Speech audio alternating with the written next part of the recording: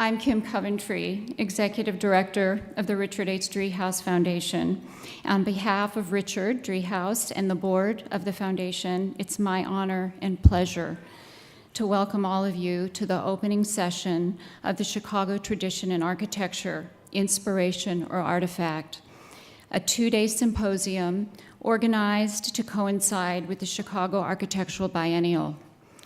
Many of you here have been recipients of Driehaus Foundation funding. Let me take this opportunity to thank you for your work. We recognize that it is only through you and your organizations that the foundation can succeed in meeting its goals. Those of you who are unfamiliar with the foundation, it was established 32 years ago by Richard Driehaus, my boss. Under Richard's vision and guidance, the foundation has distributed more than $100 million, most of it in general operating support, to organizations in Chicago. Richard, I like to say, keeps us all in uncharted territory all the time. This symposium provides a good example. What most people don't know is that there's a team of dedicated people behind the scenes at other Driehaus entities that make rare events like this possible. They support the foundation on a day-to-day basis, allowing those of us who work at the foundation to focus very narrowly on grant making. It's a real luxury, and I'd like to acknowledge them now by asking anyone who works for a Driehaus entity, including the foundation, or serves as a consultant, to stand and be recognized.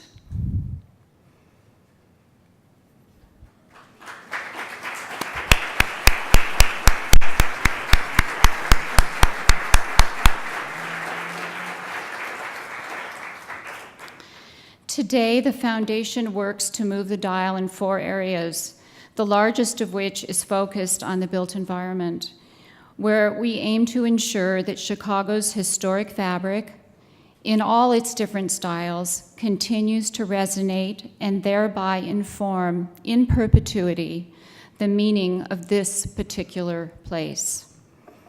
Among other initiatives to improve the built environment, we support those that preserve and reinforce sense of place, a complex, multisensory phenomenon which we all experience when we recognize that a given place is special and particular, as opposed to being merely a location.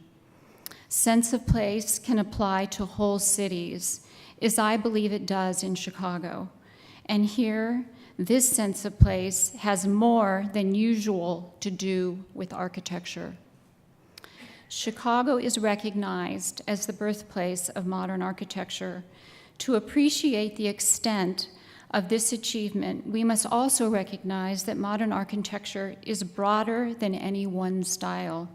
It includes not only the tall steel frame office buildings that first appeared in the Loop, but also the single-family suburban houses for which Chicago architects created a distinct prairie style. Modern architecture also includes the classical ensembles of public buildings that first appeared, in this country at least, around the Court of Honor at the World's Columbian Exposition, as well as the coordinated tradition of city beautiful urban planning to which such ensembles belong, which can also be traced to the Columbian Exposition. It is all of these achievements collectively that have given Chicago its especially rich legacy of architecture and planning as the place where so much of our modern built environment first took shape. We have made this legacy the subject of this symposium because we recognize that attitudes about past condition plans for the future. This is especially true where the built environment is concerned, because buildings take so much time and money to build, which means that present experience is inevitably filtered through surroundings that also constitute a living record of the past. How this living record should inform future building is likely too complex a cultural question to support final agreement or definitive conclusions, though I expect you'll hear plenty of proposals from our speakers. The fact remains that we must act provisionally and without final answers where the built environment is concerned, because we are forever altering it to suit our changing needs. Again, that these needs are changing against a backdrop of conflicting priorities and viewpoints is natural. Cities, by definition, are places where competing interests converge and must be negotiated. American-built culture, moreover, is characterized by enduring oppositional views on conservation and innovation, the desire to preserve existing conditions, and the desire to make new ones. We believe that putting these values up for debate, as this symposium will do, is the best way to build consensus around a framework for maintaining and improving the built environment. In this symposium, even conflicting viewpoints will share a common point of departure, because all of tomorrow's speakers will engage Chicago's architectural legacy through specific examples. Finally, the Chicago Architecture Biennial seemed to be an ideal opportunity to undertake an examination of Chicago's architectural legacy with 8 established authorities on the subject. This is our latest show of support, but the foundation also provided the earliest funding for the biennial in 2013 in the form of a grant to the city's Department of Cultural Affairs and Special Events to explore the possibility of organizing a Chicago biennial. Thanks to all of you for spending tonight and tomorrow with us in what we hope will be a robust examination of the Chicago tradition of architecture and its relevancy today. Tomorrow will be a long day, a sort of marathon, if you will, being run in this elegant room just before another gets underway outside. I believe it will be a memorable 2 days, and I suggest that you buckle in. Now, just a couple of procedural announcements. Please make sure that you've turned off your cell phones. Please remember that if you are seeking AIA credits for having attended, you should sign up outside. There are 2 sheets, one for today and one for tomorrow. And finally, we're filming the symposium, and each talk will be available on YouTube and on the Foundation's website, we hope late next week. So now, on to tonight's main event. As I mentioned, we cannot approach so rich and varied an architectural tradition as Chicago's without a proper framework. This is a task that we've put into the very capable hands of Robert Bruegmann, Professor Emeritus of Art History, Architecture, and Urban Planning at the University of Illinois at Chicago. Bob was educated at Principia College and the University of Pennsylvania. He is author of many books, among them monographs on the Chicago architects Hullibard and Roach and Harry Weiss. In 2005, his book titled Sprawl, A Compact History, was widely acclaimed for giving historical context to a phenomenon that has become fashionable to indict. He is currently collaborating curator of a much-anticipated exhibition and book on the history of modern design in Chicago. As his book on sprawl showed, Bob is an expert dismantler of accepted truths.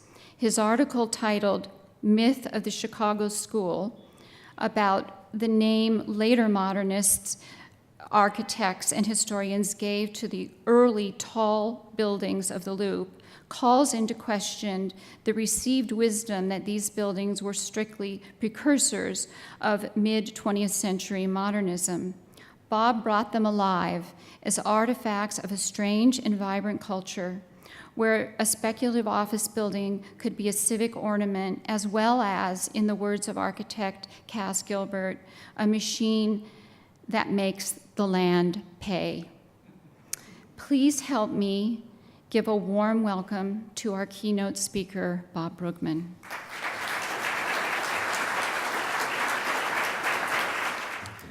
Thank you very much, Kim, and thanks to the Driehaus Foundation for making this convening possible. Now, the purpose of our symposium is to talk about how we might identify a Chicago tradition in architecture, or at least a good tradition. Heaven knows Chicago and Illinois have had some pretty bad traditions, particularly lately. But once we have found these good traditions, how might they inform current thought and practice? So I thought about what would make a good first slide, and I think you might be surprised to see this one, but I hope that by the end that might become clearer. Now, we often hear that Chicago has lost its edge. This seems to be a mantra these days. It was the great fountainhead of modern architecture from Louis Sullivan and Frank Lloyd Wright to Mies, but it has lost this edge. But let me say at the outset that I don't believe this. I don't believe that Chicago has lost its edge because I don't think that it ever really had this kind of edge. And if that's not enough of a heresy, I don't think that it was actually the birthplace of modern architecture, at least in the way that many people would like to believe. And I don't think that either of these is necessarily a negative thing. The formulation that Chicago is the birthplace of modern architecture is a fairly recent invention. It dates to the mid-20th century when certain historians and critics concocted a plot line that went something like this: that architects like Louis Sullivan and Frank Lloyd Wright created a forward-looking Chicago school of commercial building and a prairie style of residential building that flourished at the turn of the century. Then came the 1893 fair with its classical buildings, and this experimental tradition was killed. But starting in the late 1930s with individuals like Mies van der Rohe, who arrived in time to follow up where Sullivan and Wright and others had left off, and they brought in the modernist millennium. Now, this basic plot, I think, was satisfying because it seemed to follow a larger narrative that had been invented by advocates of European avant-garde modernism. For them, the mainstream of 20th century moved, as you see it on the screen there, from pioneers at the turn of the century, like Cézanne, to cubists like Picasso, and then finally, after World War II, to full-blown abstract, like abstract expressionists like Jackson Pollock. In architecture, the same modernist critics and historians concocted a similar plot. The pioneers included architects like Peter Behrens in Berlin, or Sullivan and Wright, and went on to the great modernists of the first half of the 20th century, like Corbusier, Gropius, and Mies. All of this culminated in the fully developed international style of the mid-20th century. And then Karl Condit picked up this plot and repackaged it with a Chicago twist, and the idea of the first Chicago school that invented the steel frame skyscraper, that rejected all historical styles and ornament to become just an abstract grid of verticals and horizontals, and then a second Chicago school that learned from this legacy and built upon it, and that's neatly encapsulated by the cover of his most famous book. Now, this plot has been hugely popular, particularly in Chicago, because it gave Chicago a big place in the history of international art and architecture. In fact, it is still the biggest claim that Chicago could make in global cultural history. It's still a big part of what outsiders think when they come to Chicago or think about Chicago. For many Europeans, for example, the first things that come to mind are the gangsters and the Tommy guns, but also this story of First Chicago School, Second Chicago School, and here we have it in the most recent issue of Architectural Record out on the stands now. I've also heard this claim several times already at this biennial. But this story is only plausible if you accept certain assumptions and you don't look too closely. The story is based on the notion of the importance of the avant-garde. Now, this is a military term that meant a small group of people that would go out in front of the main troops and see what the land held in front of them. Now, among modernist art critics, the term was used to describe a similar group of artists who went ahead. They resisted the conventions of the day and moved beyond them, upsetting the conventions and prevailing aesthetic, political, and social standards, particularly middle-class standards. The goal was to create something new and different. Here we have a great example, the Schroeder House in Utrecht. It's a wonderful piece of abstract sculpture, but you just think, what in the world the neighbors thought of that? Now, if you don't accept that the goal of art is to overturn, to upset the middle class particularly, to create something constantly new, or if you don't accept that you need a new language in order to say something new, then the history of Chicago architecture as the history of radical innovation and novelty may be less compelling. Karl Condit, in his later life, walked away from many of his earlier claims. He acknowledged how much the invention of the skyscraper was the work of many architects in many cities, particularly New York, and he turned his attention to many of the buildings that didn't fall either in that first or second Chicago school. And I think much recent work by historians and others has gone quite a bit further.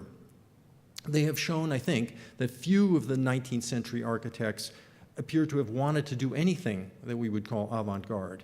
It's true, they had to accommodate new technology, radical new technology, vast increase in scale, very tight budgets, but it was probably the real estate developers much more than the architects who demanded these novel features. In this, Chicago was typical of many great industrial cities like Berlin or Manchester, for example, where unprecedented demands of the market produced all kinds of social and economic and cultural disruptions that were reflected in the work of artists and architects. So, for example, this building, which Karl Condit has called the prototypical or the typical Chicago school building. It's very far from that grid of horizontals and verticals that many modernists wanted to see in it.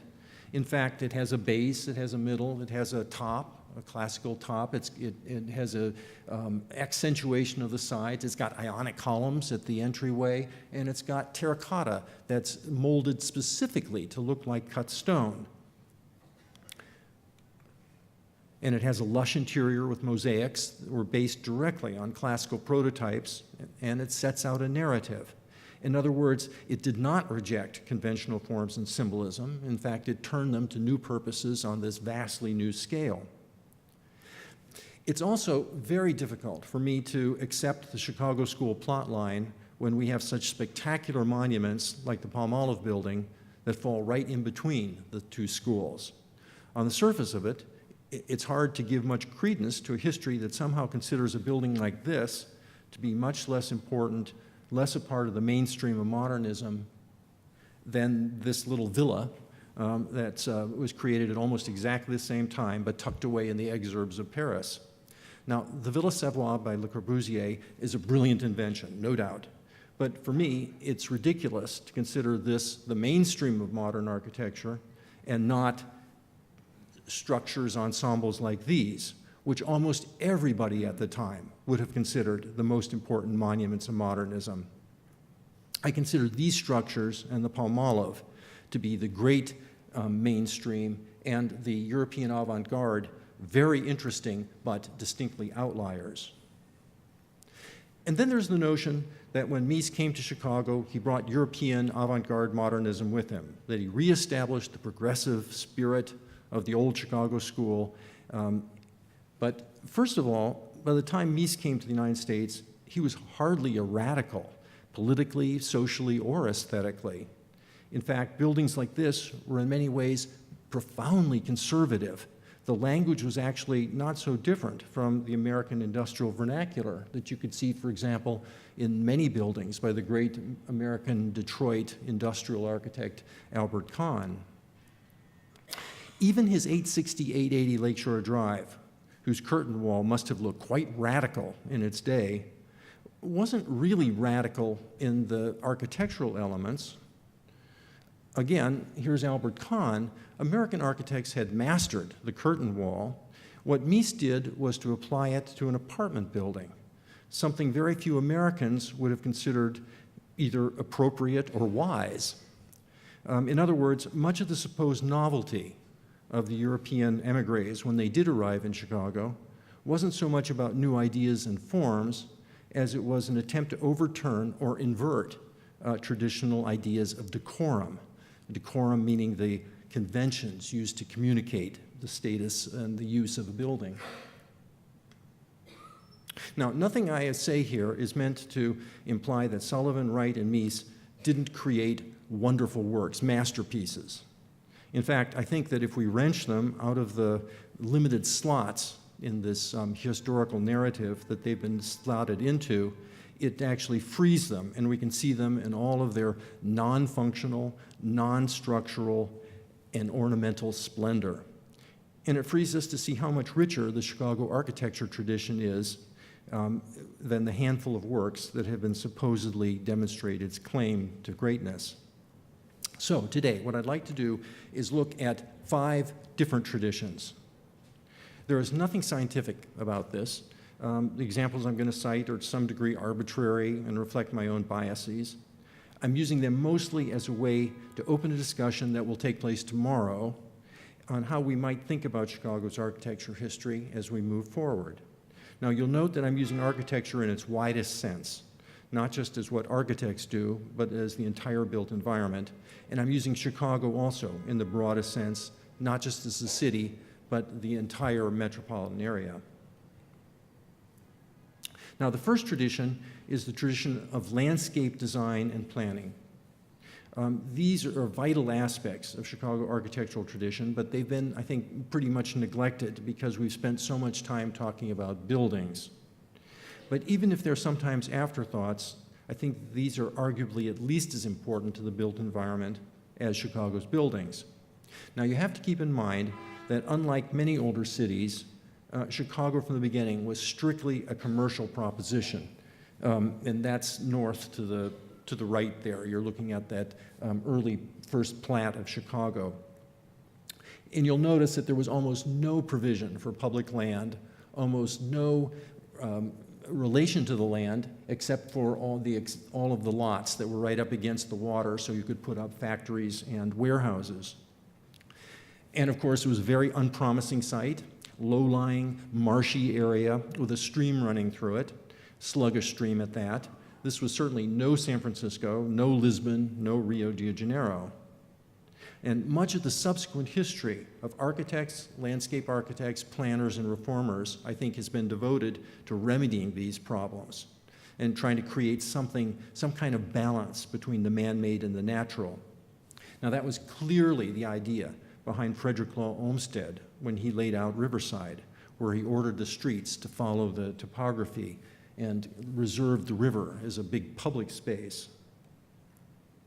In doing this, he created a public realm, a wonderful public realm through the integration of landscape with building, where actually the building recedes into the landscape. Some of the same motives were visible in the creation of Pullman. Now, it's unfortunate that this effort was tarnished by some bad financial decisions by George Pullman, but it still remains a monument to the idea of good planning as an accompaniment to economic prosperity. Now, it's also the idea behind one of the most famous, most forward-thinking pieces of Chicago urbanism, Howard Van Doren Shaw's Market Square in Lake Forest. Shaw ought to loom as large as Frank Lloyd Wright in our thinking about Chicago's modern architecture, but he's been quite a bit neglected until quite recently, and you'll probably hear more about this tomorrow. Here he used traditional means to create something quite new, an automobile-oriented shopping center directly across the tracks from a railroad station. The European village here meets the 20th century American city. Now, many of these ideas about integrating natural and man-made were seen on the grandest scale at the World's Fair of 1893. Here, the great classical buildings around the Court of Honor were balanced by Frederick Law Olmsted's lagoon and wooded island. The fair set the tone for the Great Plan of Chicago of 1909. This was a regional plan that envisioned a city and its suburbs linked together by roads and rail, but also by green space threaded through the entire larger plan. Now, historians have tended to pay most attention to the buildings and the core, but the improvements at the center were only part of a much larger scheme of parks in the city and more naturalistic forest preserves further out. The armature of the 1909 plan was in great part green. In the plan, Burnham incorporated the important start that had already been made with the creation of the system of parks and boulevards around the built-up part of the city in the late 1860s. And you see these sort of faintly in green that go all the way around what was the developed part of Chicago at the time. These parks created the framework for the gradual development of a vast reservoir of green spaces over the course of the late 19th century. These were both places of, these were marvelous refuges from the harsh city that were around them, and places where a very democratic meeting place in the city. Although Chicago has never been known as a center of landscape thinking and design, this judgment is not really fair. The city has had a very important landscape tradition. For example, the work of Jens Jensen here in Humboldt Park, or here in the Fern Room at the Conservatory at Garfield Park. This is a wonderful conceit of suggesting the story of Chicago before human settlement. The city was a pioneer in the small parks movement, which attempted to balance active sports with a more passive participation with nature. And Chicago had Graceland Cemetery, one of the great monuments of 19th century rural cemetery movement. The big lesson here is that for different purposes, it's possible to use different design vocabularies. Throughout Chicago history, the classical, monumental, and formal, for example, much of Grant Park, and particularly this absolutely spectacular main axis at the end of Congress Street, coexisted with the informal and picturesque tradition that perhaps found its culmination in Alfred Caldwell's Lily Pond or Zoo Rookery. Tradition 2. Chicago in the late 19th century was the world's fastest growing city, fastest growing large city. The second tradition was the creation of the infrastructure and the commercial buildings that sustained this growth. Now, this growth required, first of all, an infrastructure of transportation, water supply, wastewater treatment. As every Chicago schoolboy or schoolgirl learns, this required enormous feats of engineering. For example, this pumping station to protect taking water from far out than the lake, to protect the city's water supply. As with much of the construction of the early city, the engineering was daring, but the architectural manifestation, in this case the standpipe for the water system, was hardly a sophisticated piece of architecture. Likewise with the industrial plant. Chicago saw the invention of the modern industrial park. The architecture was typically very straightforward, although highly serviceable. Eventually, Chicago would have some of the largest factories in the world.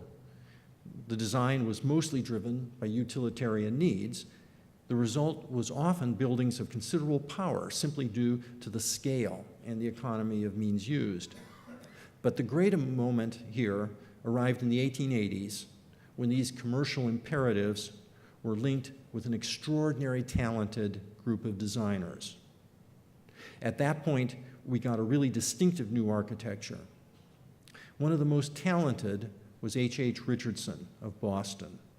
And one of the most interesting things about Richardson, and several other architects that you'll hear me talk about this evening, is how often architects from elsewhere often seem to be able to create works that were immediately recognized as part of the very essence of the city's own tradition. In this case, what Richardson was able to do was to take the brute fact of a huge utilitarian warehouse and to wrestle it into a satisfying composition by taking an existing vocabulary, in this case sort of Romanesque, and dramatically abstracting it and stripping it down. Now, unfortunately, an earlier generation of architectural historians focused on this building, the home insurance. They claimed that it was the first wholly metal skeletal tall building, and because of that was the first skyscraper. And they based Chicago's claim to a place in architectural history in great part on this fact. But the home insurance building was actually none of those things. It wasn't a full metal skeleton, and it certainly wasn't the first skyscraper. It was only one very small step toward the full skeleton, and New York City had buildings much taller than this for a decade before. Now, a better candidate to make the case for Chicago's architecture in this period would be the structure that was by far the largest and most important building of late 19th century Chicago. In it, the Auditorium Building by Adler and Sullivan, the utilitarian demands were coupled with a desire to create a suitably rich and impressive civic monument. Oddly enough, another work by Louis Sullivan, have entered history as precursors, as forerunners to later European minimal modernism. But actually, I think that characterization is just about as far away from what you see here as you could possibly have. It's true that the exterior had a certain simplicity and restraint, and the engineering, largely by Dankmar Adler, was highly advanced, but the interior, with its decorative work, largely the creation of Louis Sullivan, was another matter altogether. Here was a space of overwhelming energy, of almost barbaric splendor, that was at least as impressive as anything in the world in the late 19th century. Now, the myth of the first skyscraper and the invention of the Chicago School, I think, have blinded us to the real significance of these late 19th century Chicago buildings. For the most part, these buildings weren't really stripped down to function and to structure. The architects did their best to satisfy the demands of the client for structures of enormous scale, but they worked hard to accommodate this giant size with forms that retained some vestige of classic proportions and a rich ornamental vocabulary, as you can very clearly see with the rookery and the interior. In Chicago, as in Berlin, Manchester, Birmingham, and other industrial cities, new demands created bold new forms. I think that we need to give the credit here, though, not just to architects, but to the industrialists, the bankers, the engineers, and perhaps most of all, the real estate developers. In this case, the rookery, the Brooks Brothers of Boston. Architecture in the city has always been a team effort. I think, in fact, that we might say that in buildings like this one, another partnership of the Brooks Brothers and Burnham and Root, the departure from architectural conventions appears, which was demanded primarily by the client for reasons of economy, had the architects pretty much kicking and screaming the whole way. I think that they realized they had gone too far. This building got largely a negative reaction in the city as being too bald, too much like just a factory. So when the clients, the Brooks Brothers, decided to build the second half, the half to the south, they decided they would try to correct this to a certain extent. They went to Holabird and Roach, and they put on that cornice, and they did a set of pilasters that made it look a little bit more like a classical building. And it's telling that John Root's favorite building among his great buildings wasn't the Monadnock, which was the European modernist favorite, but it was this building, the exuberant Women's Temple building. Now, some Chicagoans loved these buildings, some loathed these buildings. But whatever the critical response might have been, the results were spectacular. People came from all over the world to see this city of skyscrapers. Dearborn Street was probably the most impressive demonstration of the new scale of the industrial city to be seen anywhere in the world. Now, in much writing on Chicago architects, as I've already said, there was the thought that the World's Fair of 1893 killed all of this tradition. This seems to misread both the fair and the commercial architecture of the time. The fair relied more heavily on classical tradition, because it was intended as a great public monument and not as a simple commercial speculative building. And commercial buildings well into the 20th century continued this earlier tradition that we've seen, for example, here with the Railway Exchange Building, or the most opulent of all of these pre-World War I office buildings at 208 South LaSalle. All of these were buildings that whetted the demand for economy and strict repetition of identical office units with the kind of architectural grandeur that befitted a major bank. This part of the Chicago architecture tradition, though, has gotten very little attention. Now, when it comes to the great department stores on State Street, Carson Pirie Scott has justifiably gotten a great deal of attention, but less so, at least in architecture history, Marshall Field's, which was the greatest popular landmark. It's part of the same tradition that created the skyscraper, the imperative to create something new on an unprecedented scale with an economy of means, but at the same time would be decorative, have a decorative and symbolic opulence that would have been wholly misplaced in a commercial building. And finally, let's not forget that the commercial tradition also extended to places of recreation and sport, and Chicago is lucky to have had some of the best examples in the country, and to this day maintains one. Tradition 3.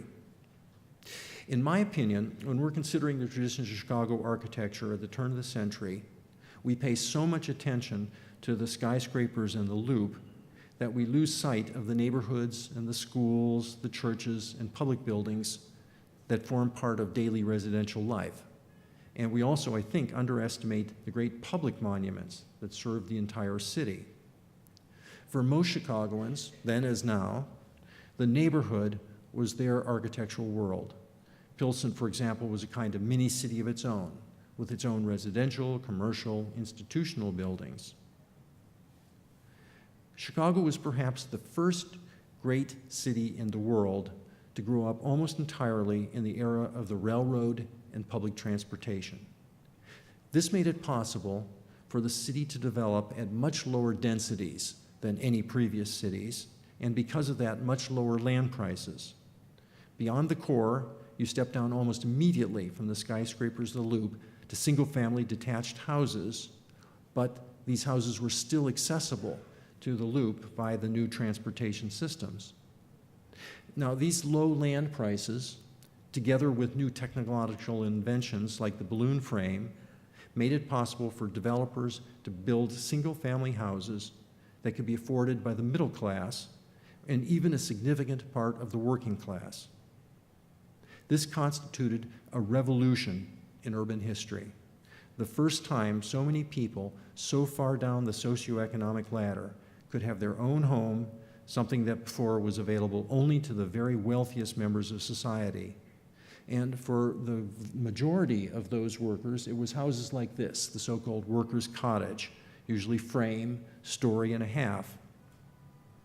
This cottage would later morph into the bungalow and then the raised ranch. But in those forms, it would continue for well over half a century as the basic building block of much of Chicago. Now, someone higher up the socioeconomic ladder, architects like Frank Lloyd Wright and his Prairie School followers were experimenting with arts and crafts traditions and with classical traditions before reaching this brilliant new synthesis of classical and arts and crafts in the Prairie-style house. Now, we've paid a lot less attention to an equally innovative strain of turn-of-the-century residential architecture, visible in works like this by Howard Van Doren Shaw. Although the sources for Shaw were somewhat different, in this case primarily British arts and crafts tradition, the results were equally innovative and modern. For example, here we have what at first glance looks to be a conventional entry porch flanked by two gabled pieces of parts on either side. But when you look at it for a few minutes, you realize that Shaw has rearranged all of the parts. This is a challenging facade. It's not at all what it first seems. It upsets our expectations. And it wasn't arbitrary. what he was doing was trying to accommodate the interior spaces of this house, which are modern in the same way that the Frank Lloyd Wright houses were, and the way they flow into one another and to the landscape outside. At the same time as the Great Lake Forest country houses, there was a move by some of the same families to have apartments in the city. For these city apartments, the counterpoint to Howard Van Doren Shaw was Benjamin Marshall. This is perhaps the most luxurious of all of these city apartment buildings. And the regular facade here, as well, is a little deceiving because what it conceals is an absolute Chinese puzzle of interlocking public, private, and service areas within the apartments. For ordinary Chicagoans, there were the 3 flats and 6 flats and courtyard buildings. These were fine, sturdy buildings that have stood very well the test of time. Chicago in this period created some of the most impressive neighborhood architecture anywhere. For example, the schools of Dwight Perkins. Hundreds of churches. This is a particularly fine example from the Back of the Yards neighborhood. And all of the institutions that attempted to mitigate the problems of daily life in the big industrial city. The most famous of these was Jane Addams' Hull House, with the buildings derived from English red brick reform tradition. The Pond brothers deliberately kept the buildings residential in scale and treatment to provide a comfortable setting for the large number of neighbors that would come here to visit. Now, in addition to the neighborhood buildings, there were the great public buildings. At the very time Chicago was building its skyscraper commercial city, it was investing heavily in public architecture.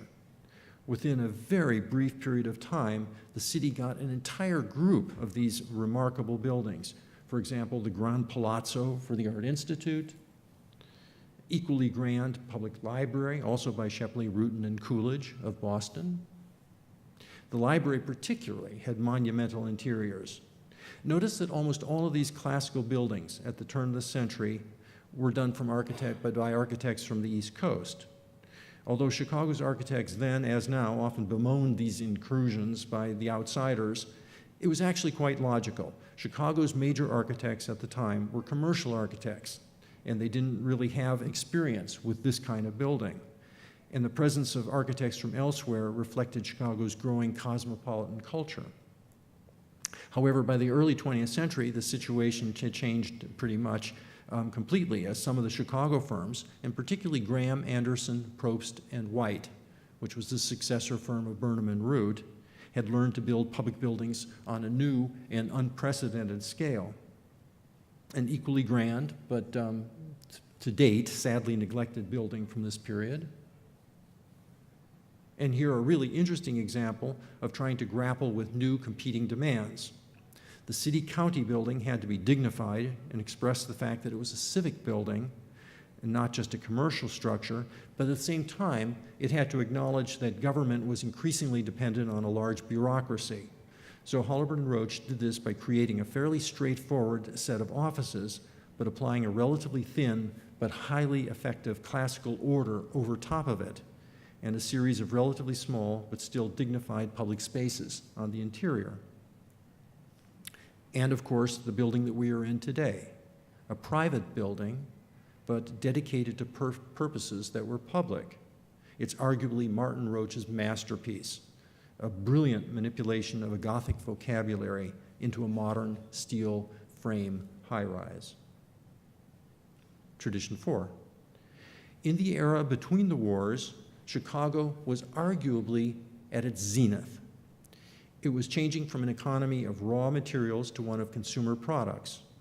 However, for some reason, historians have paid surprisingly little attention to this era and usually jump from the late 19th century to the post-World War II era, and architectural historians even less. Today, it's becoming clearer that this was a really grand era for Chicago architecture as well as its economy. The Wrigley Building starts off this era with a straightforward body and romantic crowning element, all sheathed in gleaming white terracotta. In the later 1920s, Chicago architects groped their way toward a more unified composition of these tall buildings. They were often spectacularly successful. Even though many modernist critics thought these buildings were only half modern, ordinary Chicagoans have always loved them. And historians and critics, I think, are now starting to finally come around. The Carbide and Carbon building was a showcase for terracotta. These are buildings that since the 1960s have been called Art Deco. I think what's most interesting about them is the way the architects took the underlying principles of the classic tradition, ideas about symmetry, proportion, beauty, decorum, and unlike the European avant-garde, they made them modern without discarding those basic principles. One of the great glories of these buildings was the way they integrated painting and sculpture as integral parts of the composition. The result, to use a pompous-sounding German expression, was a Gesamtkunstwerk, or a total work of art. And the Chicago Daily News is certainly one of the best examples produced in Chicago of this integration. Same is true of the Civic Opera building, once again by Graham Anderson, Probst, and White, with these glorious murals by Jules Guérin. The most conspicuous of all these buildings was the Great Board of Trade at the foot of LaSalle Street, the Wall Street of the Midwest. Once again, architects used painters and sculptors to create a unified composition. For example, the series, John Storr's highly abstracted series, The Goddess of Harvest, at the very peak, at the very top pinnacle of Chicago. And they pulled out all the stops to create these dazzling interiors. The final entry into this group was the Field Building of 1934. Here, partly for reasons of economy, but also because of changing aesthetic ideas, the building has been so stripped of ornament that looking at it, you might mistake this for the work of a European modernist, except for its symmetrical massing. The interior spaces still featured luxurious detailing in black and tan marble and nickel steel. But for my money, the classic achievement of this period in tall buildings was the Palmolive. This is the perfect, art-typical skyscraper of its era. It's not the most conspicuous building in Chicago. That was clearly the Board of Trade. It was not as tall as the Empire State Building or as glitzy as the Chrysler Building in New York. Here, everything was condensed and standardized into the essential form. And I think that was the great Chicago skill. And for this reason, you see smaller versions of this building going up all across smaller cities in the US through the late 1920s. It was the hub of Chicago's creative class of the late 1920s, in its day housing many of the city's most important advertising agencies and designers. Seen in this photograph by the great Chicago photographers Hedrick Blessing, the Palmolive, with its Blimberg beacon signaling the entry to the city to arriving aircraft, is the perfect icon of modernity in the 1920s, the perfect symbol of the optimistic world just before the stock market crash, depression, and war. Now, of course, this new city of the interwar years was once again dependent on a vast system of infrastructure. During the 1930s, Lakeshore Drive was extended north and a bridge to the south built across the Chicago River. It became one of the most successful integrations of roadway and landscape I think we can see anywhere in the United States, anywhere in the world for that matter. Now, it's seen some deterioration, but recent efforts have succeeded in returning it to some of its former glory as a high-volume roadway that has not yet succumbed to the numbing rules of the interstate highway engineers. It stands also, I think, as a rebuke to us today. We've built nothing comparable in infrastructure in many years in Chicago or the U.S. as a whole, and we've seen some major decreases in mobility and a corresponding erosion of Chicago and the American economic competitive advantage in the world. Another masterful piece of infrastructure, today sadly mutilated by the removal of the Grand Concourse, is the Chicago Union Station by Graham Anderson, Probst, and White. Now, during the interwar years, Chicago continued to have an important industrial development. It played a significant role in the creation of new technologies such as radio and other electronics. It's a little difficult for us today to remember that not so very long ago, Chicago was one of the country's most important centers of high tech. And this one's in here simply for the pleasure of showing the image. During the run-up to and during World War II, Chicago continued to build a significant number of the largest factories in the world, including several by the great industrial architect Albert Kahn of Detroit, and these have been largely left out of our story as well. Chicago also gained many commercial buildings, including spectacular Michigan Square building with its glittering Diana Court, one of many suave compositions along North Michigan Avenue, some spectacular hotels, and the outlying neighborhoods had their own institutions. Some of the finest public buildings the region has ever seen were the post offices built by the federal government in the 1930s. And then there were the schools, for example, this masterwork of Art Deco. And this school, in a very different aesthetic tradition. This school resulted in a major tradition of school buildings that continued with the work of Perkins and Will across the United States, Chicago, and the rest of the country. And then there were the churches. For example, this extraordinary reworking of the Gothic tradition in Hyde Park by Barry Byrne. And an even more radical reworking of the Gothic by Bertram Goodhue. Here the Gothic is so stripped and abstracted that it looks more toward post-war, post-World War II modernism than it does back to the Middle Ages. And finally, this dramatic theater in Park Ridge. These decades between the war were perhaps the most colorful in all of American architectural history, and perhaps the most joyful and playful. But once again, when we're talking about Chicago tradition architecture, it's important to remember that the monumental buildings are few. The vast majority of the region's architecture is residential. The Chicago bungalow has to occupy a very important place here. It's really just a worker's cottage, but now much improved with masonry construction and with all the modern conveniences. In many ways, we can say that the modern working and middle-class life started with these buildings, and they still serve their purpose very well. When the bungalow is stacked, it becomes the 3-flat, the 6-flat. The late 20s also saw a great surge in high-end rental and condominium buildings. For example, the Powhatan, seen here, remarkably abstracted decoration.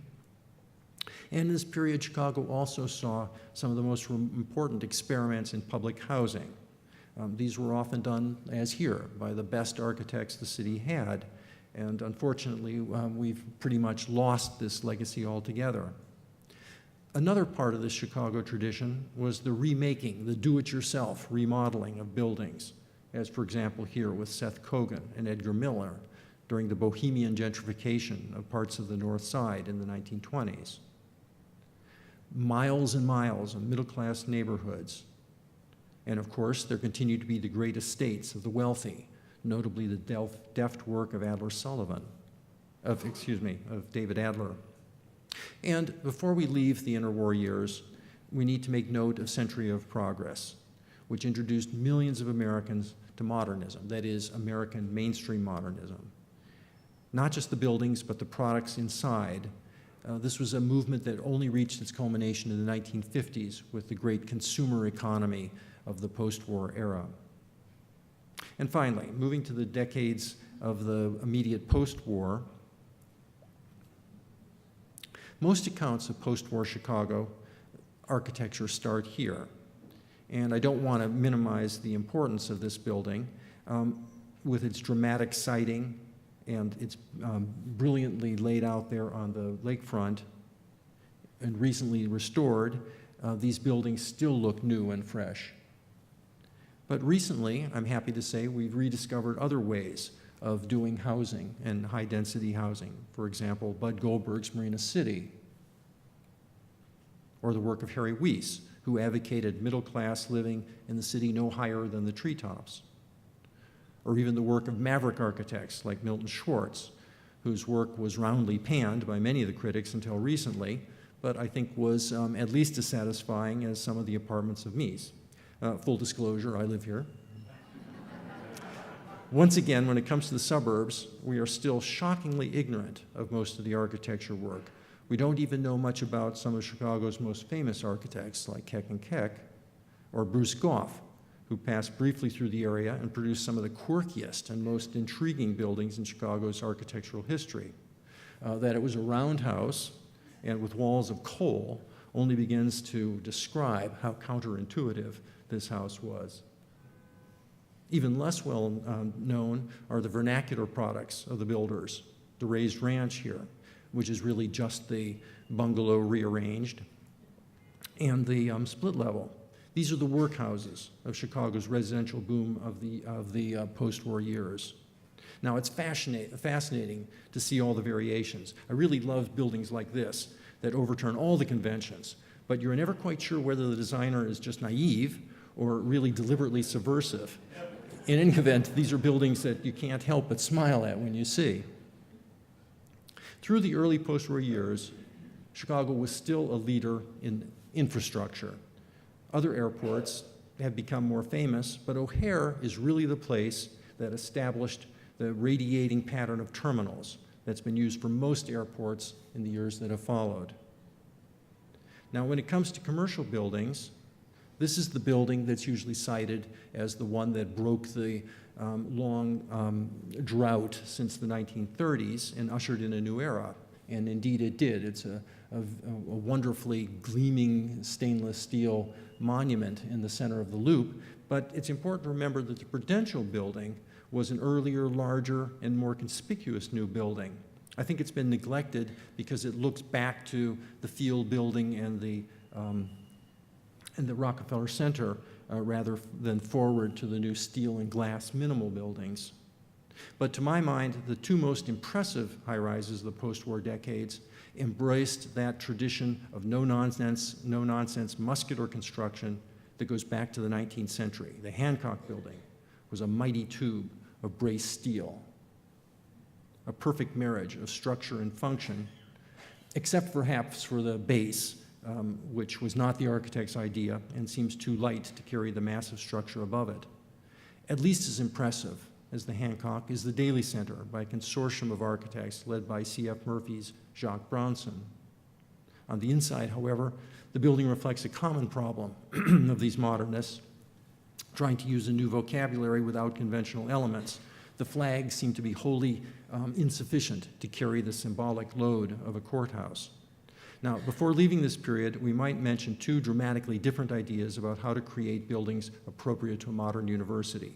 Here is Mies Crown Hall, returning to the classical tradition, but in steel. And it's interesting that at the very moment that many of the most conservative architects finally came to the classical vocabulary, a great many of the modernists start realizing that they had thrown the baby out with the bathwater and were returning to some ideas about proportions and the overall configuration of classical buildings.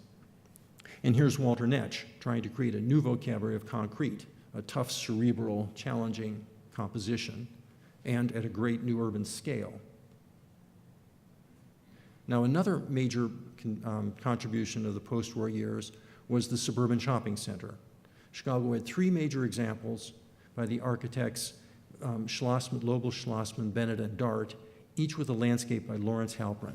And these were, and in some cases are, remarkable. Here he is at Old Orchard, his version of the Prairie Stream, unfortunately totally remade in the 1990s. And equally fine, but you can still, and reworked, but you can still see it, is the Oak Brook Shopping Center. Now, some of my favorite buildings in the Chicago area are the many Catholic institutions by the firm of Belli and Belli. These are resolutely modern, but very quirky. They defy expectations at every turn. I haven't even mentioned the infinite ingenuity of many designers of commercial structures, such as these. These buildings are a potent reminder that surprise and humor are important ingredients in architecture. I thought I'd end on two post-war works that seem to me to embody an attempt at experimentation without overturning the classical Western millennial tradition. The first is Edward Dart's St. Procopius Abbey in Lisle, a really magical work. Not a simple structure. It's very complex very mysterious. The other is this spectacular jewel of a garden by landscape architect Dan Kiley, just down the street from us here. Certainly one of the most perfect small gardens to be seen anywhere. Now, I think its appeal comes in part from the fact that it's very traditional, a grid of trees with a central axis with a pool at the center, very much like a Le Notre garden at, let's say, Vaux-le-Vicomte. At the same time, it's quite modern without having to shout about it. And it's a place that provides, like Chicago at its best, a perfect balance between the man-made and the natural world. It changes through the seasons from spring to summer to fall and to winter. It's a work that is as abstract as any painting by Kandinsky or Mondrian, but at the same time completely familiar and comfortable to any visitors. Now, in the end, I don't think that Chicago's great strength has ever been in the role of creating cutting-edge design. In matters cultural, aside from a small cosmopolitan elite, it has been mostly a conservative place, a place with a reputation for taking ideas from all over, standardizing them, and then making them work for a broad cross-section of the society.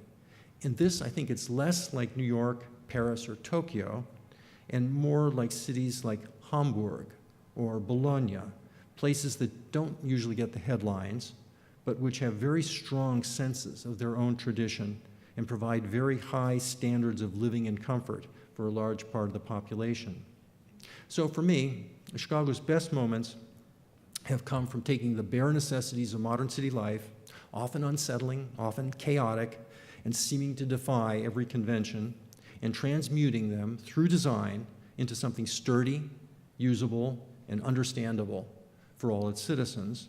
And once these basic conditions are met, if the stars align, if we're lucky, they might also be inspiring, challenging, unexpected, funny, and maybe even, to use an expression that seems to have gone out of use in architectural circles, beautiful.